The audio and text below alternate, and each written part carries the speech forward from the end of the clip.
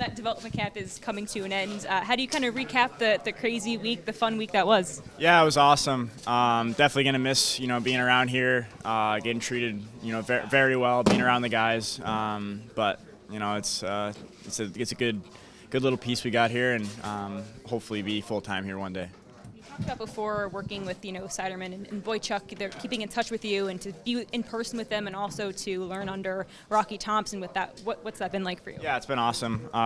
Those two guys I watched playing for the Bruins growing up, so that was pretty cool to kind of be around them, learn from them.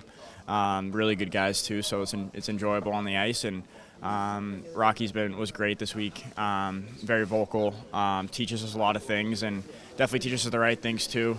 Like keeping your head up, looking weak side, stuff like that. So it was good to learn from him as well.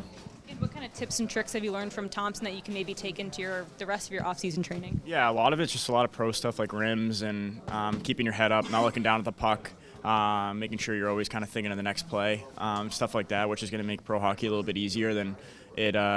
It's very hard, so little stuff like that definitely helps. We've chatted a lot with Bednarik about your friendship, of course, having past 4 years of your journey pretty much being mirrored. What's your friendship with him like off the ice? Yeah, we're very close, pretty opposite people in a way, but he's pretty shy and likes to keep to himself, but he's also a very funny kid once you get to know him. So I know that side of him. He's pretty grumpy in the morning too. So, but I like to talk, and he gets annoyed with me sometimes, but I think he loves it too. Do you have any fun memories that stand out? He's just like he's just every time I go in his room, he's playing Xbox. So I usually try to mess with him a little bit, but he's big into Xbox and just kind of being by himself watching Netflix. So just try to go in there and talk to him and annoy him a little bit.